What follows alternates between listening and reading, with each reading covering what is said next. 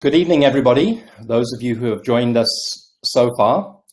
Welcome to the 100th of the Daily Mavericks live journalism webinars. Thank you for joining us this evening. We are looking forward to what we believe will be an informative and an informed discussion. Over the last few months that I've been doing these webinars, we keep on hearing about this animal called the South African Health Products Regulatory Authority, sometimes known as SAPHRA for short. And people have kept asking questions, and we've been promising to hold a webinar to inform people about the role and functions of SAPHRA. And I have to say, just by way of this introduction, that SAPHRA is probably one of the most important of all of our statutory bodies because it literally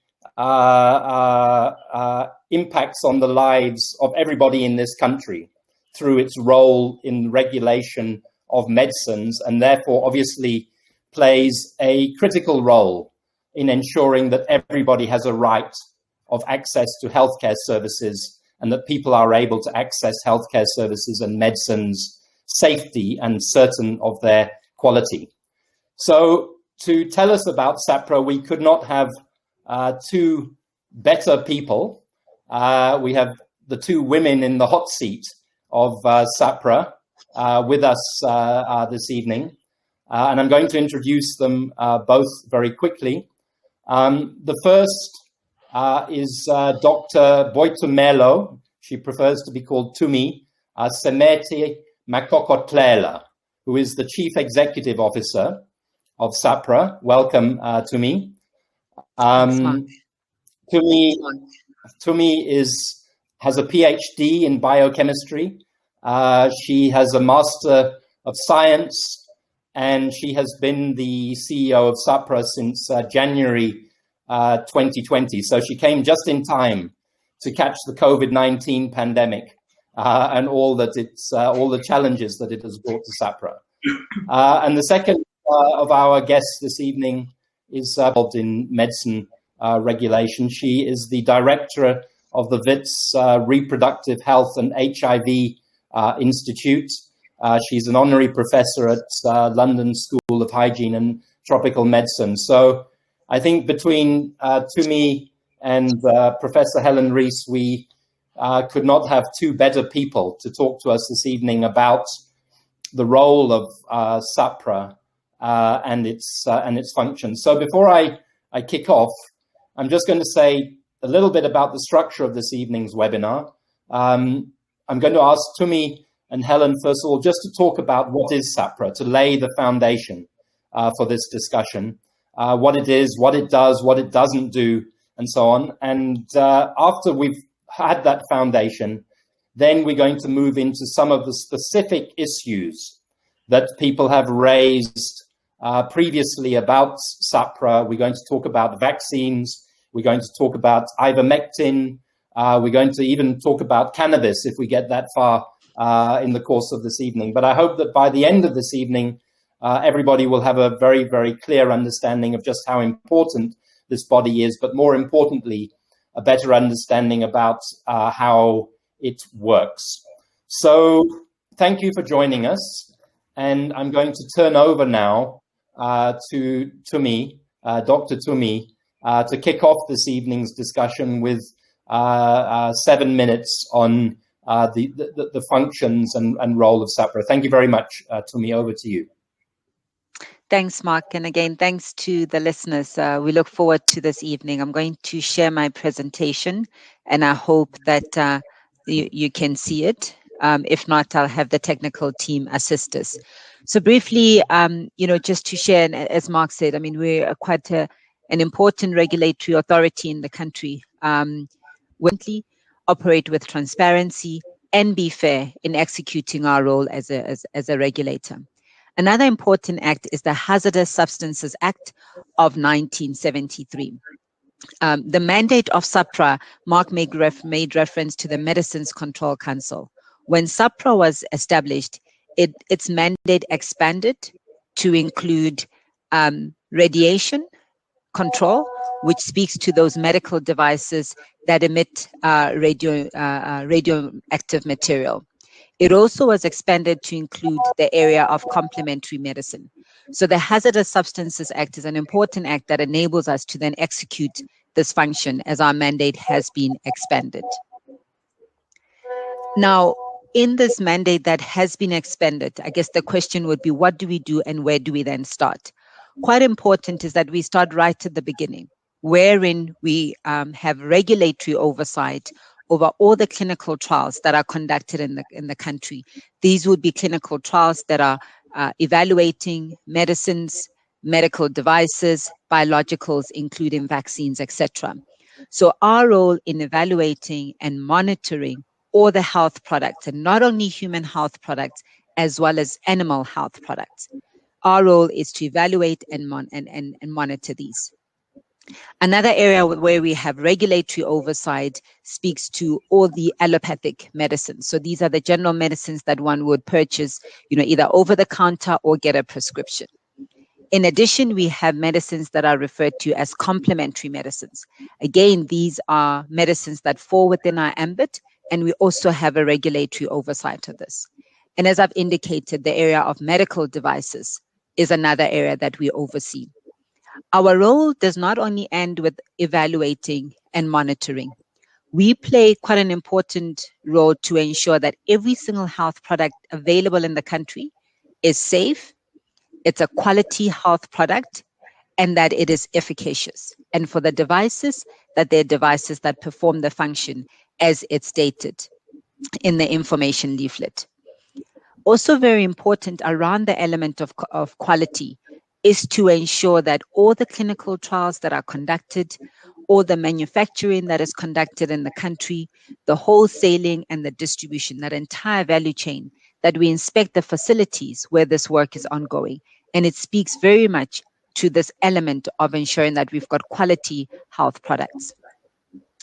I also thought I'll paint a picture in terms of where do we come in the I guess, development value chain. So a number of you are aware of research institutions and academic institutions that do a lot of the development of these products. We now have oversight, as I've said, over these clinical trials. So from phase 1, wherein firstly, the safety of the product is assessed. We have oversight of that. We ask, do we have sufficient data to say this is a product that must be evaluated? We also have oversight of the phase 2 clinical trials where they start looking at efficacy and even larger numbers to look at the safety, as well as phase 3 and even follow-up trials. Once we have data that meets the regulatory requirements, we can then say the product can then be registered. And that's where we look at elements of safety, quality, and efficacy. We also, lastly, play quite an important role in the management of the whole product life cycle. So we don't end by just approving a product. When it's now available in the market, we monitor it. And this is what we call post-market surveillance. We look at the safety. Is there any reports from the public that have been shared with us around any safety concern? So our role is really around oversight of the full product life cycle. Lastly, I just want to speak to the role we played as the country responded to COVID-19. And quite important, very early on in the pandemic, there was a lot that needed to be done around oversight of the molecular tests, the serology tests. There were ventilators that were developed in the country that we needed to ensure that these are quality products. So we had to review every single application. So every single product that was either a ventilator or a PCR test or a serology test, we needed to oversee. Again, clinical trials of all the COVID-related products had to be overseen by SAPHRA. We also had products that indicated some efficacy against COVID-19, and we made these available under what we call a Section 21 process. And during the question time, Mark, I'll be happy to speak to that process and explain a bit more what it entails. And then lastly, an element that we're in the heart of responding to is around authorization of COVID-19 vaccines. So you get a sense of how wide our mandate is, but also how important as a regulator we are in covering all of these health-related products. Thanks, Mark. I'll pause here for now. Thank you, Tumi. That was wonderful and clear and very concise and within time. It begs a lot of, let's take Professor Helen Rees now, and then we will begin questions and conversation. Could I say before Helen starts that I'm seeing a number of questions on the chat line that are coming through as private. So if you want your questions to be seen by everybody, please just make sure that you're sending them to everybody and not just to me. Helen, over to you.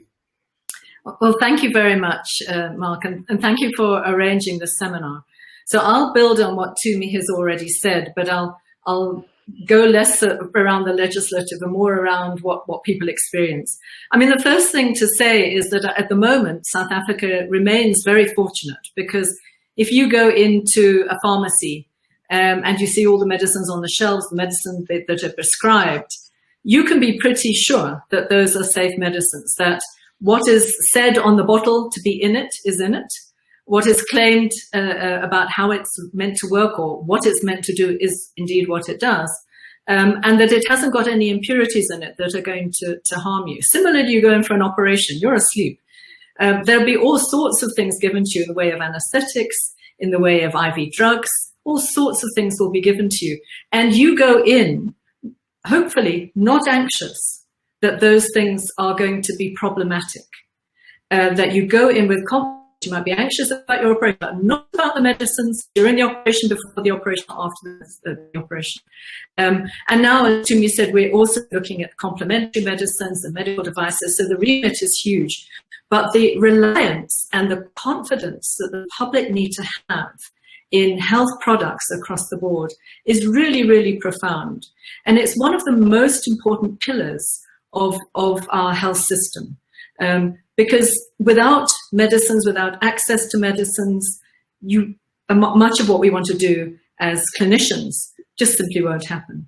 So that's the first thing, is why it's so fundamentally important. The second thing is, why did we go from MCC to SAPRA? And perhaps just explaining some of the thinking behind that as well would be of interest.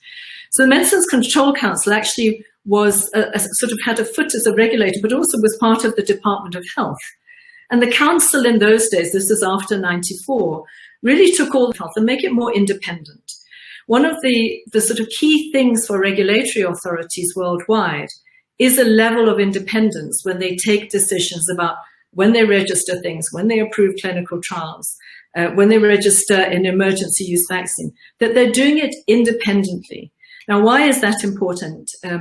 It's incredibly important because there are so many interests.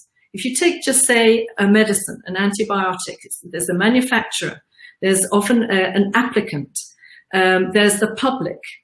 There might well be pressures from professional groups. There might be pressures being put on politicians saying, we want that, from the public. So incredibly important for the regulator is to be independent and to base its judgment on evidence. So it has to have the requisite evidence. The evidence of clinical efficacy, of safety, incredibly important, always comes at number one, and the quality of the product. So just looking at that, the regulator will all take into account, and this is, I'm sure, some of the discussions we'll have, what the public health context is. So if there are generic medicines, and we've already got 20 of them in the country, how urgent and desperate is that? And you know, what do we do about that? Or are there, if you've got a new oncology drug for cancer and it's brand new and it will have a new indication, how urgent is that? If there is a huge emergency in the country as we have now, how do we respond? We can't just say it's business as usual. The regulator has to take into account the public health thinking. And if you think about complementary medicines and a whole new area that we're looking at, Medicines Control Council in the early days didn't look at that at all. And yet people who have different needs and desires and belief frameworks want to use those medicines, want to be able to get hold of them. But they also want to know that they're safe, and they want to know that somebody somewhere is that regulators used to be, as you said, sort of faceless beasts who just were very sort of autocratic and taking decisions behind walls and very rigid. But I think that the mood is changing. You know, if you look globally, regulators are really trying to have a bigger dialogue with communities, hearing what people are saying back to them about what's important and what's working, being able to communicate much more readily on issues around things like medicine safety. Even medicine safety, not only is that product safe, but also how are you taking that drug? Things like opioids, codeine syrups, being able to actually communicate, even if the product's there, but how are you taking it as a community? Are we seeing danger signals and patterns of use? So we want to be able to communicate. But in addition, what we want to do, and we're starting to do this very strongly now, we want to liaise with the international regulatory world. Instead of each regulator doing its own thing, going from A to Z with every product, we can exchange information. On the vaccines that we're looking at now for COVID, we're talking to the World Health Organization. And so we can start to exchange information, which will make the whole process much faster and much more efficient. So that would be my sort of summary, that it's an incredibly important supporter for public health, but also for individual patient health. Thanks, Mark.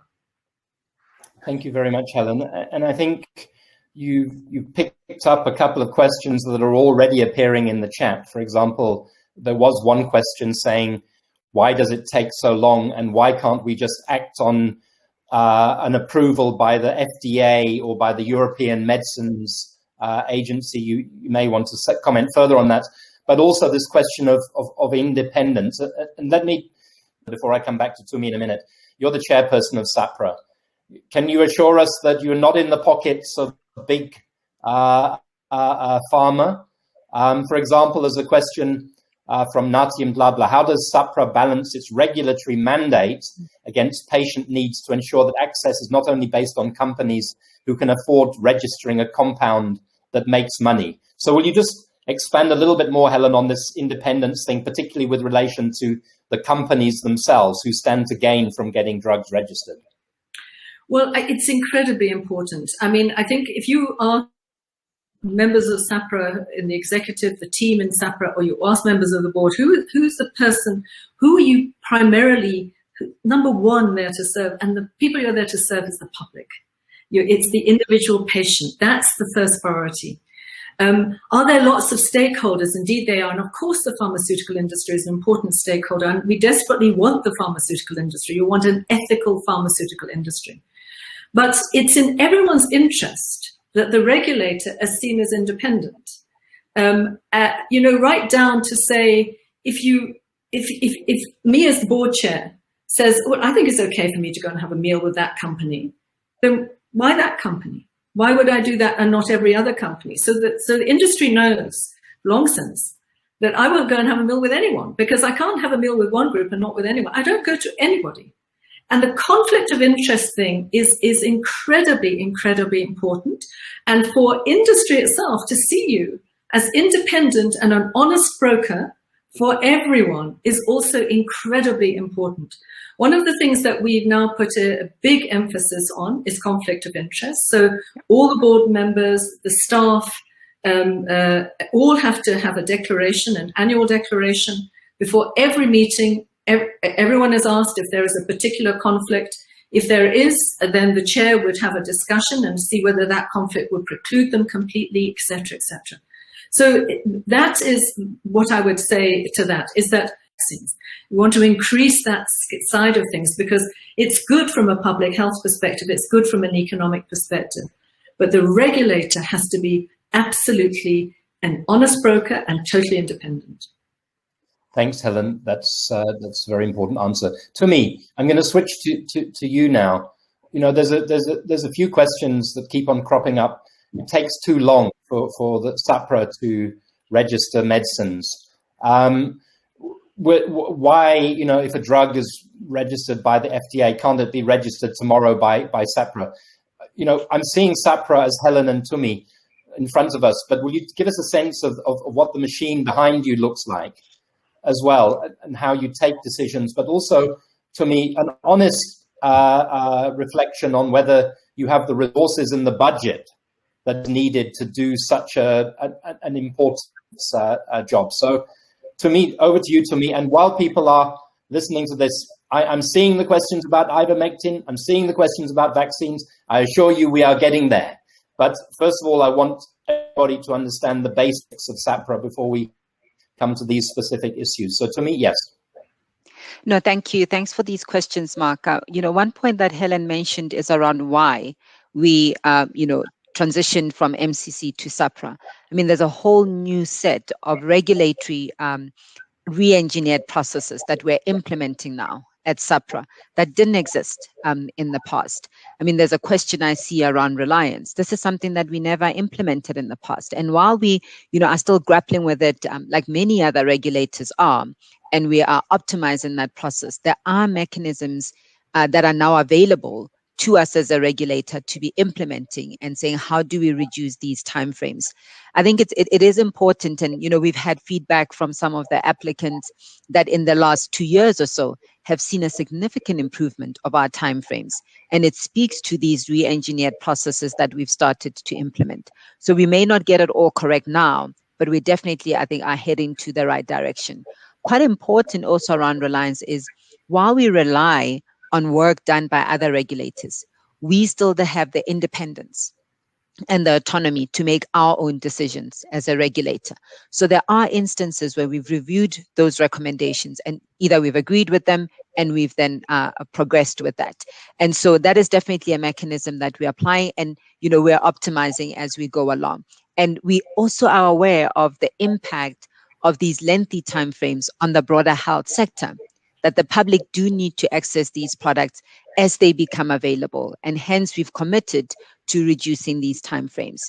But while I say that, there will be instances where we will need to conduct full reviews, because it's important that for us as a regulator, we have that skill set, not only as a regulator, as a country, right?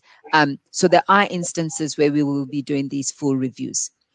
You mentioned a point around the machinery around this. I mean, SAPRA, we don't only operate with the staff that we have internally, which is just around 290 or so. We also work with external experts. We sit with close to 100 of those that assist us with these reviews. And the intention is that with time, we start to build a lot of this capability internally, because you can imagine these are, professors, academics that are supporting us on a part-time basis. We want to ensure that we build the local capability internally, and that will also help towards fast-tracking the work that we do. But for us to be able to do that, yes, there is an investment that's required by the government into building this regulator and into fully capacitating it. I think to the point that you mentioned around conflict of interest, for us as a regulator, it's important that we're not only reliant on the fees that we charge, but that we do have resources that we can then utilize to then grow the business and invest even in some of the digital technology, some of the operational efficiencies we want to bring on board. I'll pause here, Mark. Thanks to me. Helen, you've been in medicine's regulatory authorities for 25 years. Tell me honestly, in a few words, because I need to move on, is SAPRA getting better than the mess that we had with the MCC 5 years ago? Honestly, yes, much, much better, but we're not there yet. We need a bigger budget and we need more expert staff. But when we went in from the MCC to SAPRA, we knew that there was a problem with the backlog because of this very outdated way of reviewing things. And the backlog then was 16,000 products. And so we developed, that's the re-engineering, one of the parts of re-engineering that Timmy is referring to. We had to re-engineer the way we did things. We couldn't say, well, we'll do the same now to get rid of that backlog as we've always been. We've had to redo the way and our thinking absolutely fundamentally. We've got more work to do, but I think that from my point of view, huge strides have been taken. But we also need, but we hear the complaints. I mean, the complaints go through, we don't answer the phones, we don't necessarily respond quickly.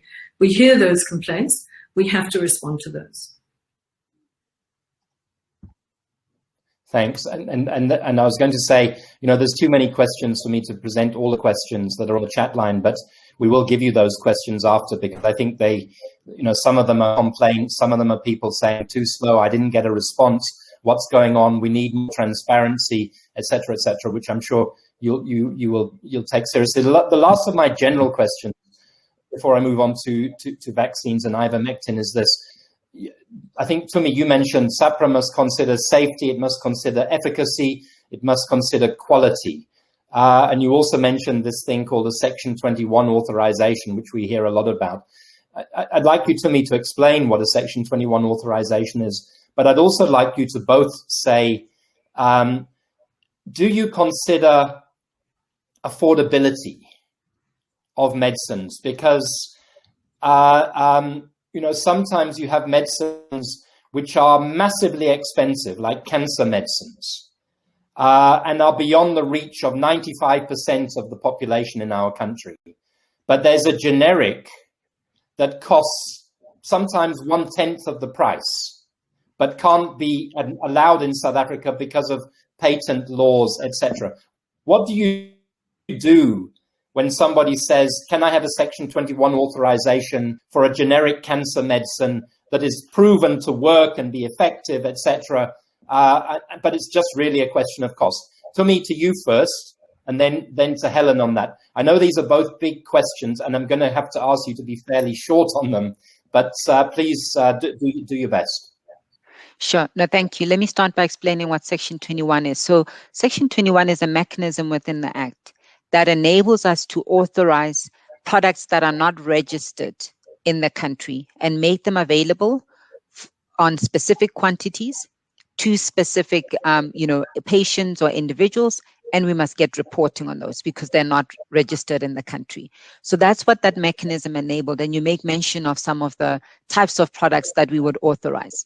Now, you raised the question of affordability, and this is where really we want to encourage the sector, the pharmaceutical sector, to submit these products, because what we also have as SAHPRA is that any therapeutic area that is under the health priorities of the country, we have a default mechanism where we expedite the evaluation thereof, and cancer is one of them, right? So we really encourage the sector to submit these. But the issue of affordability, and I'll go back to the act that anchors the work that we do, in that it has another mechanism through the pricing committee that's supposed to manage these aspects. But as we focus on the act, it only enables us to look at safety, quality, and efficacy. And I think there's a broader policy discussion that needs to be held around this, but we do also have the pricing committee. And maybe also Helen can comment, because I know it's been an issue raised a number of times even prior to SAPHRA being established as SAPHRA. So I'll pick up on that. Thanks. So, the regulatory authority is very much controlled by legislation and by regulation. And I know people don't necessarily understand that. But I think the other thing just to say to everybody is that legislation isn't static, regulation isn't static. Public health, global health problems are not static. And the issue you raised, for example, about new innovative oncology drugs that are extremely expensive and unaffordable, the regulator is very much aware of that. And we would obviously want to find a solution, but the Act doesn't allow us to look at price. And it's very clear about once something is registered, that's what has to happen. But I do think that in the global space, we're now hearing discussions that we wouldn't have heard previously about, TRIPS, WTO on vaccines. In the global space, this issue of affordability of medicines is one that I think that we really do need to take up. That would be the first thing. The second thing is indeed to expand capacity for manufacturing, so that we have more pharmaceutical companies, more local innovation, more local manufacturing possibilities. That would be the second thing. The third way that I do think the regulator does contribute, though, is in the registration of generic medicines and ensuring that those are fast-tracked. Because once you can have a generic medicine and there's something there, if we can register that, then it can become rapidly available into the public sector. So if we have a product where there's no generic or one or two generic medicines, those must be a priority, because having a competitive marketplace for the same product will lower the price. So in that sense, we can do something. But this is a bigger discussion. It's a national and a global discussion that we should take further forward about the pricing of and access to medicines. Well, I hope some of our MPs are listening in that case, because there's a lot of people who still die because they don't get affordable cancer medicines and all sorts of other medicines. And what I'm hearing you both say is that you're bound by the Act, but you don't necessarily ethically agree with the Act to the extent that it prevents people getting access to safe and efficacious medicines that are just blocked by patents. But your words have been important. Tumi, do you want to say something? I need to move us now, but you look like you want to say something. No, I do, and just to say that that this act was amended in 2017, and we've already started even discussions internally to look at the act in its totality, and there will be interventions together with the department that will go all the way to having Parliament approve a revised act. But we note that there is a local context that we need to consider on many elements, and we've already started with those processes. Okay, thank you. Somebody asked a minute ago, are we only talking about medicines and vaccines? What about health products? Tumi said, SAPHRA is responsible for health products, for complementary medicines. Unfortunately, just the time is not allowing us to go into all of these issues. Maybe Helen and Tumi, we'll do another webinar, or SAPHRA can do a 3 or 4 hour webinar at some point and cover all of this vast terrain for which you have responsibility. But I'm not going there. Happens where we are, and in particular address this question of safety. I think we know efficacy, and I know safety. I'm absolutely 250% certain on the safety questions. But will you tell us how you determine safety? Because I'm seeing some questions on that, and our vaccine rollout starts on Monday, the 17th. So Helen, Rees, vaccines for 5 minutes before we come to ivermectin.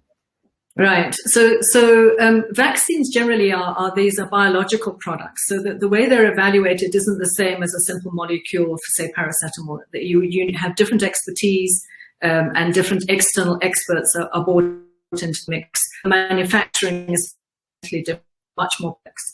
So, and all of that has to be taken into account.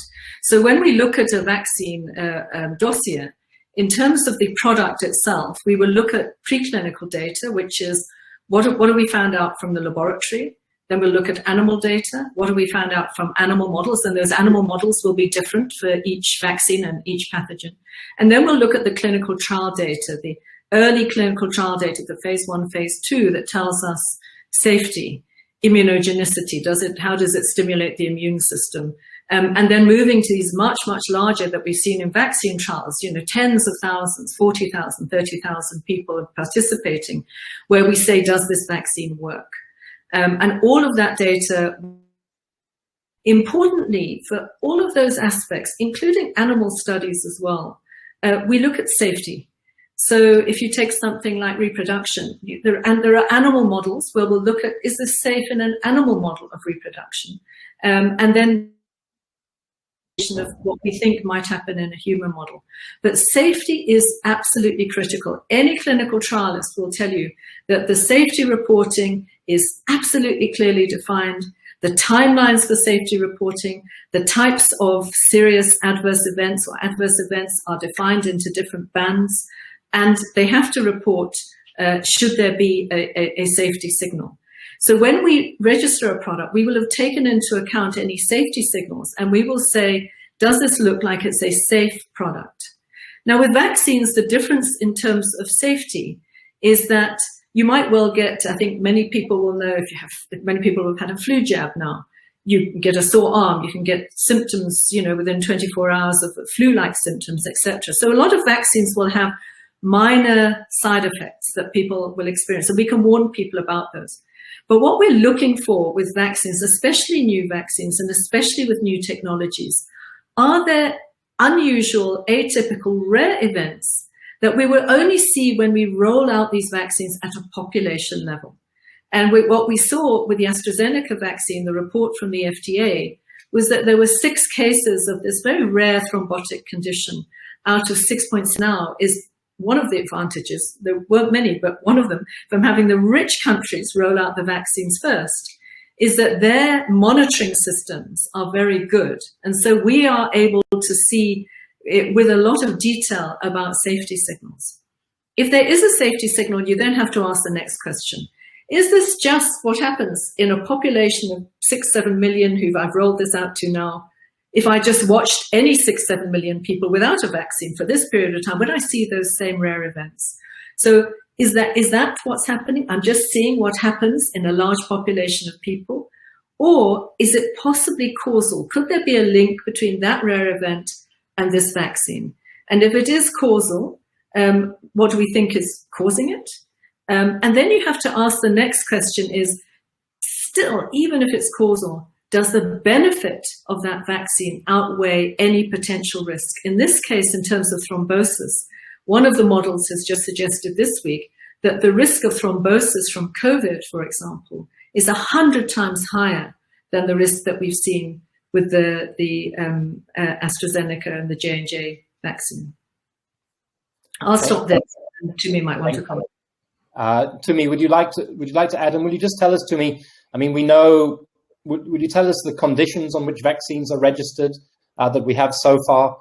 Which vaccines are registered, and also just give us a glimpse what is before you at the moment, if that's not a commercial secret. It shouldn't be a commercial secret, but no. Can you tell us where we are? Sure. So what we've done, we've authorized as follows, and we've put this out in the public. We've authorized the Pfizer vaccine. We've authorized the J&J vaccine. And if you remember, beginning of the year, based on the scientific data we had at the time on the wild type strain, we had authorized the AstraZeneca vaccine. So as we said, we are at a very advanced stage of evaluation of the Sinovac vaccine, as well as the Sputnik vaccine. And so those are the two that are currently under evaluation. From a consideration perspective, and I think Helen covered it quite well, we do look at all the elements of the safety of the product, but also quite important now with the, these variants of concern. We've had to, as a regulator, say, what is the minimum amount of data that we require against some of these variants of concern? We know that some of them are emerging. They may not necessarily be clinical data. And this is something that we share with all the applicants. And while we're only looking at these at the moment, I mean, we've had extensive engagements with other manufacturers of other vaccines in what we call pre-submission meetings. So we've engaged with much more than, applicants than what we are currently evaluating. And, when they are ready, they will then submit their applications to the regulator. Thank you. That's very useful. So Sputnik, Sinovac at an advanced stage discussion, adverse events or whatever, and how do the public contact you if they need to and say, I had a bad reaction to a vaccine? Tumi, stay with you. Yes, thank you. And as I've said, I mean, our role extends beyond when we've authorized. So indeed, for these vaccines, we do have a mechanism in place. So there's two approaches. One approach is where we require that the applicant themselves, they ensure that they've got a very clear risk management plan, as well as a post-market surveillance plan that they submit to us and we evaluate and we indicate that, when we're satisfied with it. But even for us as a regulator, we've put in place what we call the Med Safety app. We've gone on a few radio stations around this. We will be doing a few webinars also on this. And this is then a mechanism that the healthcare workers, as well as the public, can utilize to report to us, because we have to get the data on the performance of these vaccines once they're then rolled out. And this will be live data that we will be reviewing extensively. We're working with the national EPEI program that, again, has got extensive experience in monitoring, other vaccines like pediatric vaccines, etc. So we've got a whole team that's working and will be analyzing this data as it comes through. So our role continues beyond the registration period. Okay, lovely. I'm about to move to Ivermectin. I just want to make one quick comment. Fiona Van Vollenstein suggests that Sinopharm and Sputnik have said that only government-approved vaccines can apply for registration in SAPHRA. I don't think that's true. Anybody who has a vaccine that meets safety, efficacy, clinical trial standards, can you just confirm with a nod that that's correct? Yeah. Okay. So it has to be, yeah. No, please, then go ahead. And then I saw some suggestion that there's a cover-up of side effects in the Johnson & Johnson Sisonke phase 3B trial and that there's conflicts because the trial's been run by J&J. I don't want to go into this because of time, but will you put your hands on your heart and promise us that there's no cover-ups, that this is ethical and open and proper? No, we certainly can do that. And that's what we're here for. We are a neutral, independent body that has to evaluate everything that comes through. The safety of the public is paramount. And, you know, the Sisonke team, they know we have very tough discussions with them, you know, around any report that they give to us. They have to report to us. And hence we can pause a study and say, let's review, and come back and say, now we're satisfied. And I just want to also stress the point that COVID is a new disease. There's emerging data all the time. So we will have those instances where we say, let's pause, review, and make a decision. We'll have instances where we make a decision and we will need to review that decision. And maybe that's a segue to the question you'll ask us around ivermectin. Good. Okay, well, we're going to go to ivermectin. I'll just say I'm going for my J&J vaccine on Friday. I trust you as a person who works in the health system. So yeah, I'm going, and I encourage every other person to register, get people over 60 registered, and work to try to break this epidemic using vaccines, as well as continuing with social distancing and hygiene, and so on and so on. So, but thank you for the hard work that all the teams are doing on that. So let's get to ivermectin. For those people who it's been raging in the discussion and in public, for people who don't know, ivermectin is an antiparasitic drug that was registered only for veterinary use in South Africa, is now, I understand, registered for human use. Quite a number of people have been suggesting that ivermectin has benefits in treatment of COVID-19, early COVID-19, later COVID-19. Can you just say a little bit, I'll go to Helen now, about the approach that SAPHRA has taken to the drug, the medicine ivermectin, and where things stand now? And if you don't mind, you know what the accusations are against SAPHRA in this. Address some of those, Helen. Yes, certainly. So I think just to put everyone on the same page, at the beginning of the pandemic, a whole lot of existing drugs were looked at to say which could possibly act against COVID-19, either for prevention or for treatment. And in treatment, it could be early treatment or advanced treatment. And so certain drugs came through and people said, this looks like it might have an effect. And ivermectin was one that was looked at. It's not antiviral, but for other properties. So then ivermectin was looked at in the laboratory in the context of the virus. And people thought this might well have some very strong data from very strong clinical trials. Now, the problem for ivermectin was that people, all of these drugs, people understandably said, we want to do clinical trials. But the clinical trials done for ivermectin were very varied in design, and many of them were very small. And many of the designs, if you're somebody who's trained to look at clinical trial designs and interpret data, were not of what we call strong quality. So the results, when you classify the results altogether, the results were not of a high quality, not like a great big trial where randomized, placebo, lots of people, very well controlled. They weren't like that. They were often done in the context of sick people in hospitals, a few hundred people, even less, and with different control groups. So you couldn't even compare one study to another. So when you have a situation like this, what you have to have is methodologies that allow you to combine the data and to really say, does this product work? Now, SAPHRA has done that. Independently in South Africa, the National Essential Medicines List have done that. The VMAC, the Ministerial Advisory Committee, rather not the VMAC, the MAC has done that as well.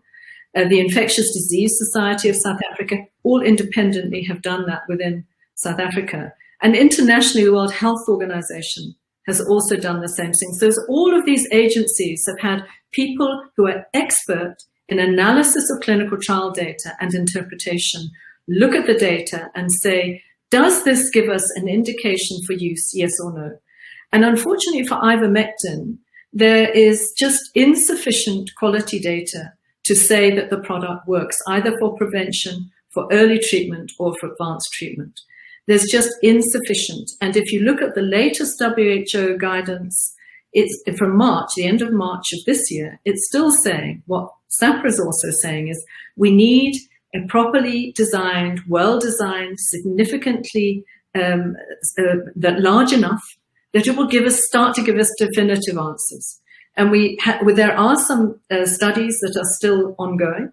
We hope to get more data there, and we are looking all the time. SAPRA is looking and waiting for this. But at the moment, nobody has ever applied for registration for a product like this in the country, because we don't have large numbers of patients who have these parasitic diseases that need treatment. So because of that, we have veterinary products. The problem that we got reported to by the veterinary side was that medicine was being exhausted. But remember that veterinary products are not designed for humans. They're designed often for much, much bigger animals. The way of manufacturing is different. The concentrations are different. So when people were using this, they had no idea of the concentration they were taking, no idea of the dosage, and the possibility that they could then be overdosed. And there are side effects with overdoses. We also saw illegal importation, and when we looked at some of those drugs as well, impurities were seen in those. So these were also not safe products. So instead of that, and Tumi might want to go into that, we actually came up with a way that we thought was a fair middle ground that would allow clinicians who believe that ivermectin might have a benefit on their own clinical responsibility to prescribe, as long as they reported to the regulator while we waited for more definitive evidence. I'll stop there. Okay. And I'll ask Tumi to expand on that and also answer this question to me. My understanding now is that SAPRA has registered an ivermectin for human use, and that it means it can now be used off-label. If you wouldn't mind explaining the off-label concept and just saying whether my understanding is right or wrong on this question, just 2 or 3 minutes, because I'm watching the clock and I know that this is a hot issue, but I'm just aiming to air it tonight. We can't resolve it. I want people to understand the contours of this debate. To me. Thank you. Indeed. So we did register a topical formulation with ivermectin as an active for a product that is for a skin inflammatory disease. So what that then says is the active, being ivermectin, is now registered for human use in the country. What that does, it enables basically two things. First, in that it can then be compounded, and then secondly, that it can be used off-label. What that means is it can be used outside of this for ivermectin, because issues such as the dosage form, it's still unknown. Issues such as the dose that must be administered, and therefore then the safety. So while it's a generally regarded as safe product, the safety then at those required doses for it to be effective against ivermectin needs to be determined. I mean, there were studies that were indicating that for it to be effective against COVID-19, they would need 100 times the dose that is currently being utilized for these tropical diseases. And then the last point I want to make is that as recent as this week, there was a study again published by the FLCC. And in that study, they still make reference to the same 18s that the FLCC. Sorry. What is FLCC for those who are not aware? So this is a forum that looks at a range of COVID-19 drugs, and they've focused a lot of their work on studying ivermectin. Sorry, the full definition of the acronym I can find quickly, and I'll put it on the chat. But they've got the most recent article this week, and they still reported on the 18 clinical trials that we were looking at right in the beginning. So again, there's still gaps in that. So as Helen says, we're expecting more data to come through. We've encouraged, the research community that they submit clinical trials to SAPRA for us for the country to be able to generate this data. And at the moment, we only have one application for a bioavailability study. So there is indeed still insufficient data. However, through this compassionate access program, this product is available, however, under very strict conditions wherein there must be reporting. Thank you, Tumi. Thank you, Helen, on the ivermectin issue.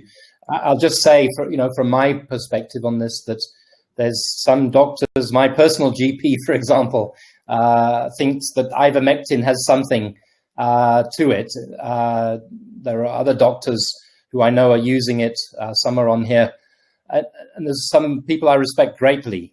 And I think that we'd all agree there's still further investigation that needs to be done, and that we should not block that investigation, and that we should not allow pharmaceutical interests, company interests, to prevent any drug that is efficacious, particularly if it's cheap and effective, from being used in relation to COVID-19. So I just want to acknowledge those people and their bona fides, but I also want to say that there's some people on this chat who I put in a completely different category, who don't know what they're talking about. And I think that it is unfortunate that people are, such as time is against us.